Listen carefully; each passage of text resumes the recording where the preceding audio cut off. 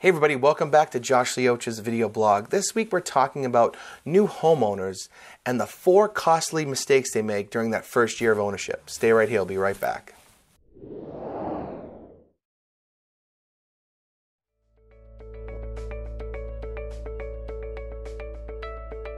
Alright, welcome back. So, you're a new homeowner, just bought your house, and that first year there's a few things that tend to happen that I see buyers, or I should say homeowners, making mistakes in.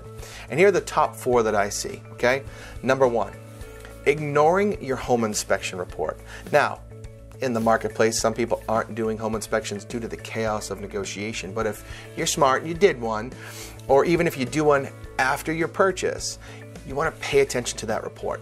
Throwing that report away and ignoring it and not taking action around those items are actually very costly. There are some important things you need to look at and certainly speak with your realtor about as to what things should be addressed, what should be done, what are safety issues, and what are issues that could become costly if not addressed, especially sooner rather than later. Alright, number 2. Now, this is kind of tied to number 1. Making improvements without checking the return. Now, while I'm not always big on saying, hey, you need to make sure that any improvements you make get you a return on your investment because it's your primary residence, it's your home. There's going to be things that you're going to do that you may not make money back on. However, when it comes to repair items or upgrades, you want to be mindful of talking to your realtor in regards to what improvements, even though some should be made because they have to be made, but if they're I'd like this to be done. You want to understand you're spending money on something that isn't going to hurt you or really reduce your saleability or just overprice yourself to the point where you're never going to get anything back on that investment. For example, you decide that you want to build a trampoline park in your backyard because you think it's great. Now, while you may enjoy that, you may not get the money back on the investment that you're putting back there, or some kind of crazy addition that is, specifically made for, you to store a specific animal, right? That you'll never be able to utilize that square footage in a real situation. Those types of things you want to check on to ensure the investment you're making is going to be a smart one. All right, number 3, again, attached to 1 and 2.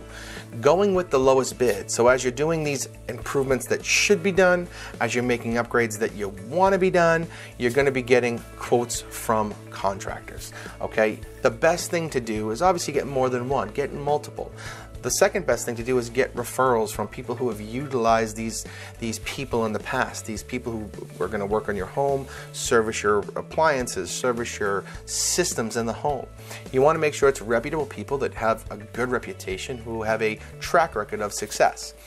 Going and getting a quote and going with the lowest bid just because it's the cheapest isn't always the smartest. Now, it may be, and it could work out perfectly, but it could also be detrimental to you. So make sure when you're looking at quotes, you're comparing apples to apples. Make sure all the quotes are quoting out all the same repairs, upgrades, whatever it may be, and that one isn't missing something and the other one is. 2, let's not just look at that number. Go with trying to figure out if this person worked with your family or friend and they had a great experience, or if they worked with your family or friend and they had a horrible experience. Sometimes there's more value in understanding the quality of work than just going with the lowest bid. All right, number 4, and this is a little one that I know I'm going to get some pushback on, but it's submitting insurance claims when you really don't have to. As things start to come up, and you have obviously homeowners insurance for a reason, especially during the time of that first year and making repairs and maybe things are happening, people get a little too excited about quickly submitting a claim. Be very mindful that when you submit a claim that after a couple or maybe even one, there's a good chance that based on the severity of the claim, you could get dropped. If it is something that you can take on repair yourself and it's not going to be so cost prohibitive that it hurts you, you really need to weigh out the benefit of either going through your insurance or not. And speak to your insurance agent if you have one and have that discussion. Now, there are certainly times where it is absolutely 100% worth it to do it and it's necessary and should be done. But don't be so quick just to run and file an insurance claim just to try to get some money for the situation, because that could obviously cause your rates to go up or get you dropped and have to go find a new insurance company. So be very mindful and cautious when you're going down the road of filing an insurance claim.